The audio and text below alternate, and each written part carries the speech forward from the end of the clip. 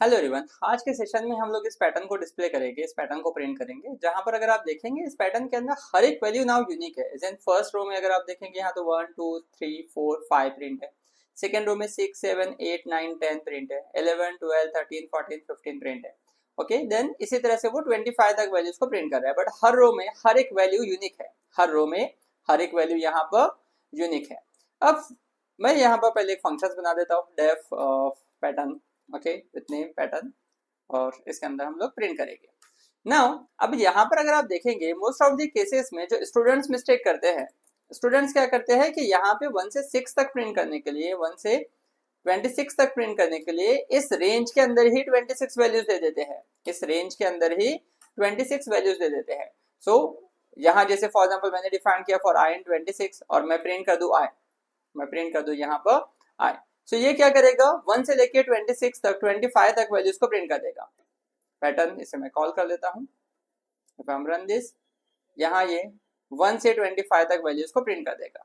But 1 से 25 तक मुझे वैल्यूज कैसे प्रिंट करने हैं, तो फर्स्ट केस में आपको यहाँ पर 5 रोज प्रिंट करना है। ओके, 5 वैल्यूज प्रिंट करना है, जैसे 1 2 3 4 5। सेकेंड रो में 6 7 8 9 10 इस तरह से प्रिंट करना है। अब अगर मैं यहाँ पर कॉमा करके एंड कर दूं, ये एक ही रो के अंदर 1 से 26 कर देगा। एक ही रो के अंदर 1 से 25 तक वैल्यूज को प्रिंट कर देगा।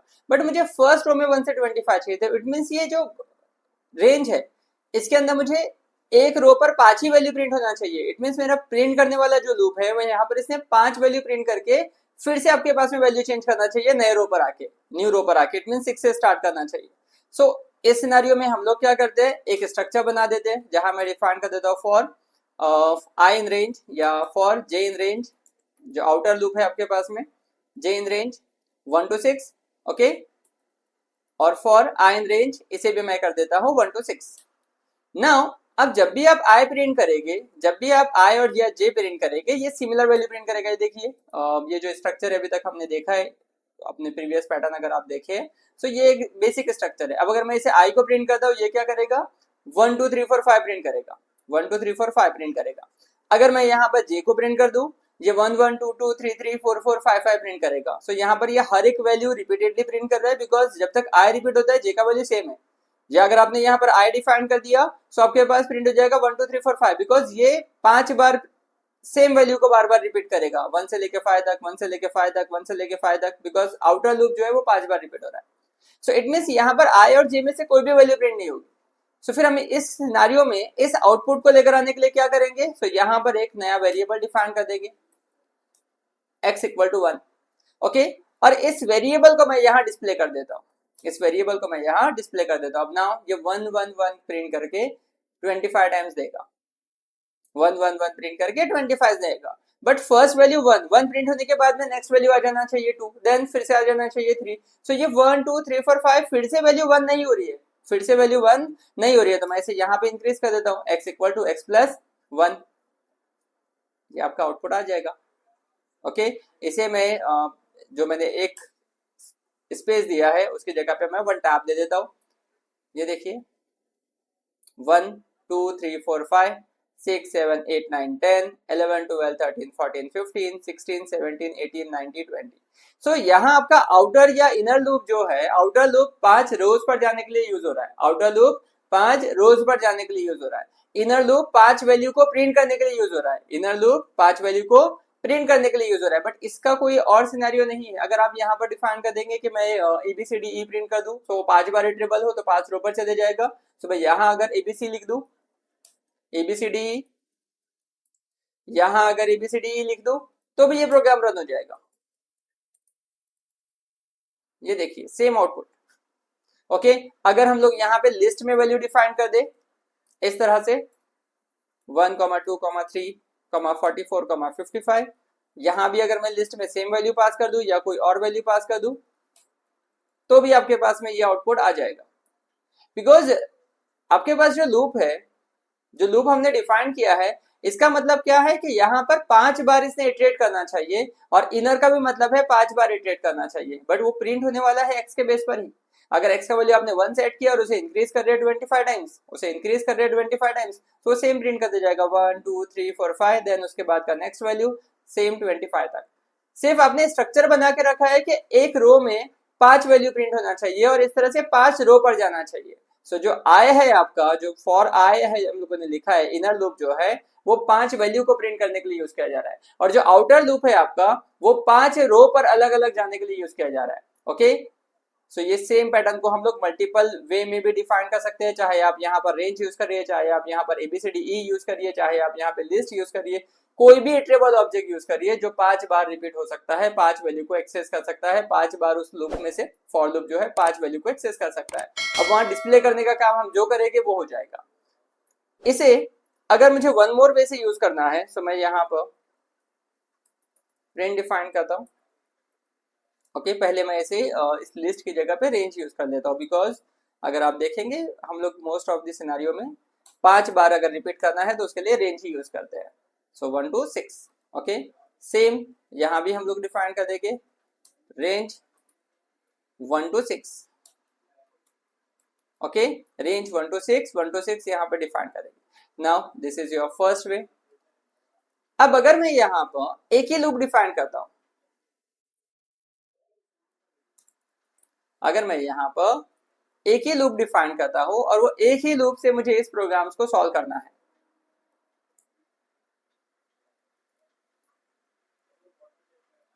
ओके, सेकेंड वे कि हमने क्या किया है, एक लूप डिफाइन किया है जो मुझे 1 to 26 ले रहा हूं मैं, जो मैं यहाँ पर 1 से 26 ले रहा हूं ताकि वो 25 वैल्यूज को डिस्प्ले कर सके। अब इसमें अगर आप देखेंगे तो यहाँ पर ये वैल्यू जो प्रिंट हो रही है, जैसे प्रिंट कर देता हूं मैं प्रिंट आई, सॉरी आपका आउटर लूप का नाम है जे, ये x इक्वल टू 1, ये भी आपको लिखना है जे। तो ये क्या प्रिंट कर रहा है, 1 से 25 टाइम्स प्रिंट करते जा रहा है। अब अगर मैं यहाँ पर कॉमा करके एंड कर दूं, ओके, सो ये आपके पास में सिंगल लाइन पे प्रिंट कर रहा है। नाउ यहाँ मुझे इस इफ को प्रिंट करने के लिए कंडीशन डिफाइन करना पड़ेगा। If j is less than equal to 6 less than equal to 5, so ये हमारे पास में प्रिंट होना चाहिए, अदरवाइज ये प्रिंट नहीं होना चाहिए। ओके, सो अब अगर आप देखेंगे ये कहा जाएगा 1 2 3 4 5 प्रिंट करके स्टॉप हो गया। नाउ यहाँ मैं डिफाइन करता हूँ प्रिंट। ओके, अब ये एक फंक्शन हमें नेसेसरी है लिखना, या अगर आपने नहीं भी लिखा तो यहाँ मैं लिख देता हूँ एल्स। ओके, और नाउ यहाँ डिफाइन कर देता हूँ elif j is greater than 5, j is greater than 5 and j is less than equal to 10, less than equal to 10। now print j, now print j। अब देखिए अगर मैं रन करता हूँ वो एक ही लाइन में प्रिंट करेगा, 1 2 3 4 5 then 6 7 8 9 10, 1 2 3 4 5 then 6 9 10। अब अगर आप इस सिनेरियो को देखेंगे तो इसके बाद मुझे न्यू लाइन पर आना है, इसके बाद मुझे न्यू लाइन पर आना है, तो उसके लिए हम लोग यहाँ पर एक प्रिंट स्टेटमेंट डिफाइन कर देंगे इफ के बाहर। ओके, अब ये जो है एलिफ में नहीं वर्क करेगा बिकॉज इफ और एलिफ के बीच में एक स्टेटमेंट आ गया, तो यहाँ हम लोग अगेन डिफाइन करेंगे if j is greater then 5। अब ये एग्जीक्यूट हो जाएगा।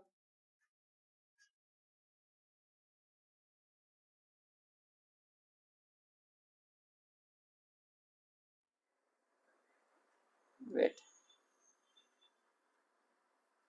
if I'm run this 1 2 3 4 5 then print, सो ये हर बार आपके पास में इफ से बाहर आने के बाद एग्जीक्यूट कर रहा है। ओके,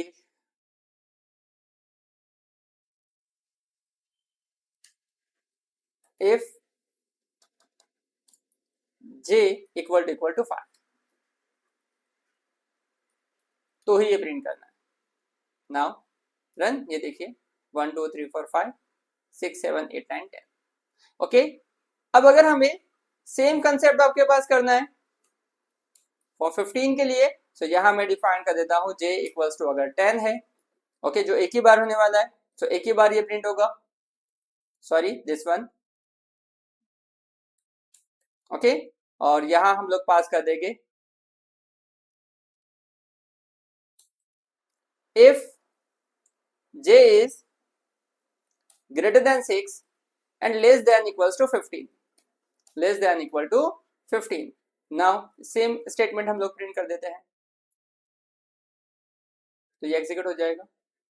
इज इन 1 2 3 4 5 6 7, यहाँ पे 7 डबल टाई है, किसी जगह पे हमने प्रिंट स्टेटमेंट को रिपीट किया है। j इज ग्रेटर देन 10, 6 9 और लेस देन 15। यस, 1 2 3 4 5 6 7 8 9 10 11 12 13 14 15। इस तरह से मैं यहाँ पर मल्टीपल इफ कंडीशन डिफाइन करके एक सिंगल फॉर के जरिए वो डिफाइन कर रहा हूँ। सो अगर आपने एक फॉर लूप डिफाइन किया तो आपको उतने कंडीशन डिफाइन करना पड़ेगा कि वो एक लाइन में प्रिंट होने वाला अलग जाए।